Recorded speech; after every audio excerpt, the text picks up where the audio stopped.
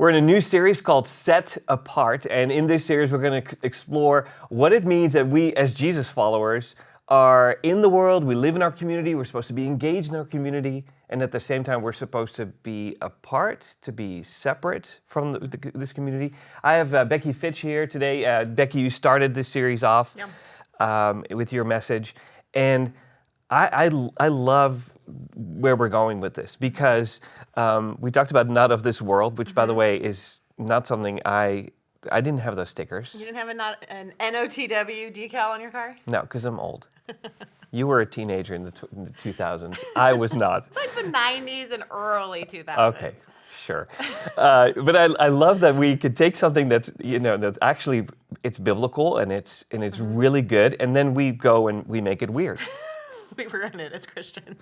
We really do. No, yeah. I mean, I'm a Midwest homeschooled girl. Like, I have been around plenty of churchy things where really we took something good and just kind of took it too far and it made it weird. And I remember growing up in like youth ministry in the Midwest, and there was these youth pastors who were like adamant about the type of music we listened to, and we literally like had a youth night where we like I brought my Britney Spears CD because it's awful, right? And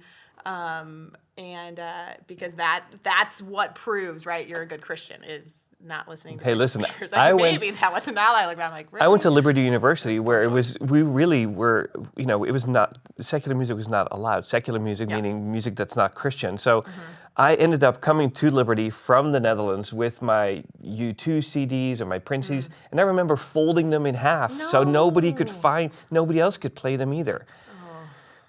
Stuff like that, because I thought that would help me get closer to God, and of course, not being distracted with things of, that distract us from Jesus is good, but man, we made it weird so quickly. So we're supposed to be not of this world, but and not set in apart. a way that like separates us or isolates us from the world, right? And I think that's where sometimes we as Christians, we get it wrong, right? Because the goal of being set apart, we have the wrong end goal, when really that wasn't Jesus's goal. His goal wasn't to set us apart in a way that removes us from being the world, because he also taught, hey, you're salt, you're light, right? There is this intentional inness, withness, connectedness to the world, but not in a way that just contaminates us by it, but in a way that gives us purpose and meaning and a call to be sent as that light of Jesus. And I get it, but it's just also, and maybe you want to talk about this in your group too, it makes it really complicated when you have children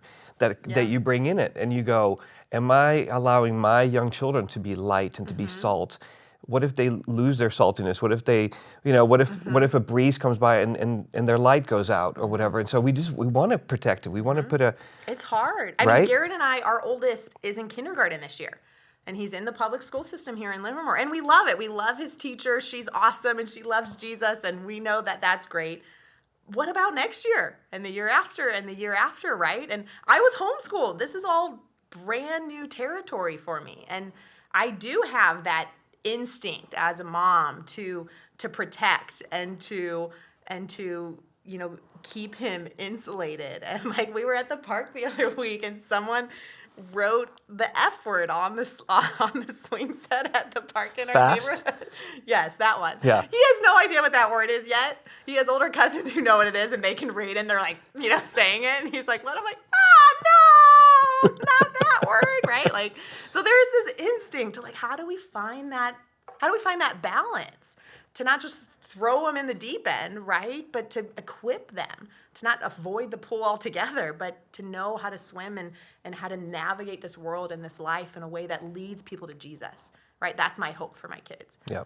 So I love that. And I love your first example in the message where you talk about the fact that we are, one of the ways we can really grow and see the Holy Spirit work in our life is if we fight for unity amongst people that we disagree with, either socially, politically, or people that are just different than us just because of their demographic background or cultural background.